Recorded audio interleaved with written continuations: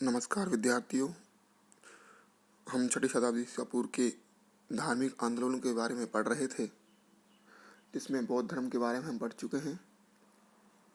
अब आते हैं हम जैन धर्म पर। जैन धर्म में महावीर स्वामी को 24वां तीर्थंकर माना जाता है। उनसे पहले जैन परंपरा में 23 तीर्थंकर हुए, जिसमें ऋषभदेव या आदिनाथ प्रथम थे और पार्श्वनाथ 23वें नंबर पर थे और 24वें नंबर पर आता है महावीर स्वामी।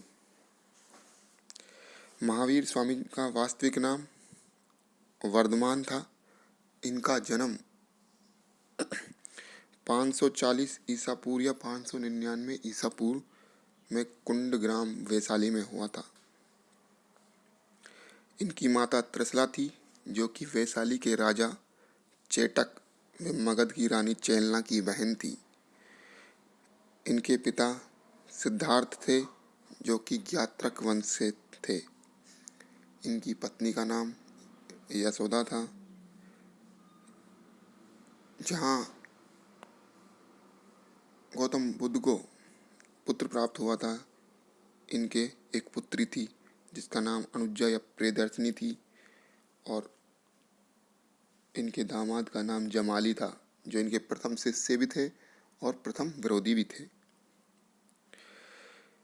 महावीर स्वामी को ज्ञान प्राप्ति ऋजुपालिका नदी के तट पर साल वृक्ष के नीचे जम्बीय ग्राम में 42 वर्ष की आयु में प्राप्त हुआ था, जबकि महावीर स्वामी को 35 वर्ष की आयु में हुआ था। प्राचीन बौद्ध साहित्य में बौद्धोत्तर आचार्यों में 6 गुरुओं का उल्लेख किया गया है, जिसमें निगंठ नाथ पुत्र की समानता महावीर से की जाती है। इनको निर्वाण या इनकी मृत्यु 468 ईसा पूर्व या 527 ईसा पूर्व में पावापुरी में हुई थी। गौतम बुद्ध की भी यहीं पर हुई थी। इनको महावीर, निर्ग्रंथ, निकंठपुत्र, जिन, ऐरत, सलाका पुत्र आदि उपाधियां प्राप्त थी। महावीर स्वामी ने अपना प्रथम उपदेश राजगृह की पहाड़ियों पर मेघ कुमार को दिया था। महावीर को जैन परंपरा के अनुसार 24वां तीर्थंकर माना गया है।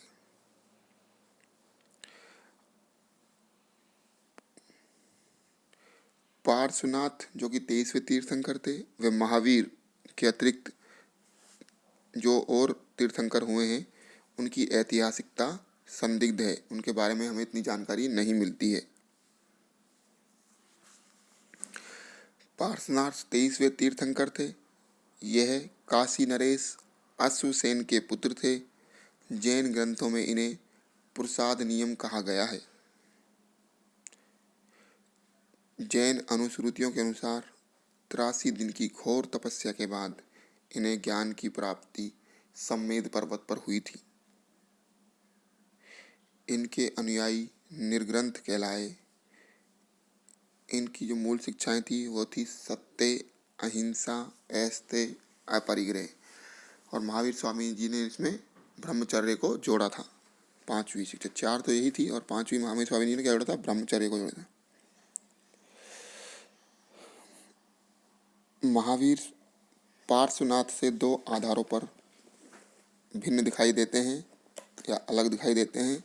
नंबर 1 वस्त्र धारण के संबंध में, और नंबर 2 5वें व्रत के रूप में ब्रह्मचर्य को जोड़ना।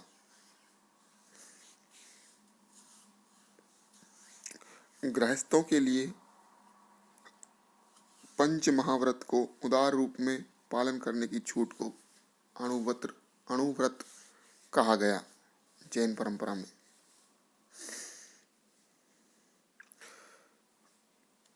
इन्होंने वेदों की अपौरुषेयता मानने से इनकार किया तथा धार्मिक सामाजिक रूढ़ियों का इन्होंने विरोध किया। जैन धर्म का ज्ञान मीमांसीय पक्ष स्यादवाद कहलाता है और इसी संदर्भ में सप्तभंगनीय की उत्पत्ति होती है। स्यादवाद का मतलब है कि है भी और नहीं भी, मतलब ये इसका एक महत्वपूर्ण सिद्धांत है ज्ञान मीमांसीय। जबकि इनका तत्व मीमांसीय पक्ष अनेकांतवाद कहलाता है, अर्थात विश्व में अनेक तत्वों की उपस्थिति है। जैन धर्म के अनुसार सभी विचार अंशतः सत्य हैं और विश्व चेतन तथा जड़ के सहयोग से बने हैं। जैन धर्म में आत्मा की स्वीकारोक्ति इस संदर्भ में की गई है कि वह अनेक होती हैं और चैतन्य आत्मा का स्वाभाविक गुण होता है। जैन धर्म के अनुसार सृष्टि का निर्माण 6 द्रव्यों से मिलकर हुआ है, जिसे 2 भागों में बांटा गया है। पहला है जीव और दूसरा है अजीव। और अजीव में है 5 जो तत्व हैं, वो द्रव्य हैं, वो हैं पुद्गल, अणु या पुद्गल, नंबर 2 काल, नंबर 3 आकाश, नंबर 4 धर्म या गति और नंबर 5 अधर्म या जड़। तो इन 6 द्रव्यों से मिलकर सृष्टि का निर्माण हुआ है। कौन कौन से? जीव, अजीव, और अजीव में है पुद्गल, काल, आकाश, धर्म, अधर्म। महावीर स्वामी जी मानते थे कि कर्म पुद्गल बंधन का मुख्य कारण है और बंधन से मोक्ष की प्रक्रिया निम्न प्रकार होती है। आश्रव, कर्म पुद्गलों का जीव की ओर प्रभावित होना क्या कहता है? आश्रव। बंधन और कर्म पुद्गलों का जीव के साथ जुड़ जाना बंधन कहलाता है। संवर, त्रिरत्नों के अनुसरण से कर्म पुद्गलों का प्रवाह रुक जाना, वो क्या है? संवर। त्रिरत्न है सम्यक ज्ञान, सम्यक दर्शन, सम्यक चरित्र। इनको कहा गया है जैन धर्म में त्रिरत्न। और निर्जरा है जब कर्म पुद्गलों का जीव में उपस्थिति समाप्त हो जाए तो क्या हो जाता है? निर्जरा कहलाता है। और उसके बाद आती है मोक्ष या कैवल्य की स्थिति। जब जीव से कर्मों का अवशेष बिल्कुल समाप्त हो जाए तो वो क्या हो जाता है? मोक्ष या जैन धर्म में कहा गया है कैवल्य। जैन धर्म के अनुसार क्रोध, लोभ, मान, माया आदि कुप्रवृत्तियां ही कसाय हैं। जो भी बुरी प्रवृत्तियां हैं वो क्या है? कसाय कहलाती है। और मैंने अभी बताया वो त्रिरत्न, इसमें सम्यक ज्ञान, जैन धर्म के सिद्धांतों को जानना तो कहलाता है सम्यक ज्ञान। सम्यक दर्शन, तीर्थंकरों वे उनके उपदेशों में दृढ़ विश्वास रखना सम्यक दर्शन कहलाता है। और जबकि सम्यक चरित्र, जो जाना वे माना जा चुका है उसे कार्य रूप में परिणत करना सम्यक चरित्र है। जैन परंपरा में ज्ञान के 5 प्रकार बताए गए हैं। वो है मति, जो इंद्रिय जनित ज्ञान होता है, अवधि, जो दिव्य ज्ञान होता है, श्रुति, जो श्रवण ज्ञान होता है, मनःपराय, दूसरे के मन का ज्ञान होता है, और कैवल्य, वो होता है पूर्ण ज्ञान। और इन ज्ञान के स्रोत जो हैं वो हैं प्रत्यक्ष, अनुमान और शब्द, तीर्थंकरों के वचन, अर्थात तीर्थंकरों के वचन। तो ये महावीर जैन के समय के संबंध में जैन धर्म की शिक्षाएं हैं। जैन धर्म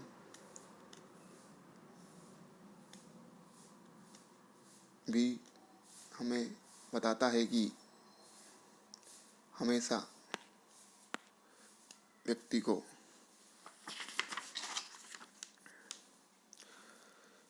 सत्य, अहिंसा, ऐस्थ्य, अपरिग्रह और ब्रह्मचर्य, जो कि इनकी मूल शिक्षाएं, उनका पालन करते रहना चाहिए। तो ये थी हमारे जैन धर्म के बारे में जानकारी। धन्यवाद विद्यार्थियों। जो इसमें रहा है उसको अभी हम अगली क्लास में पढ़ेंगे। धन्यवाद।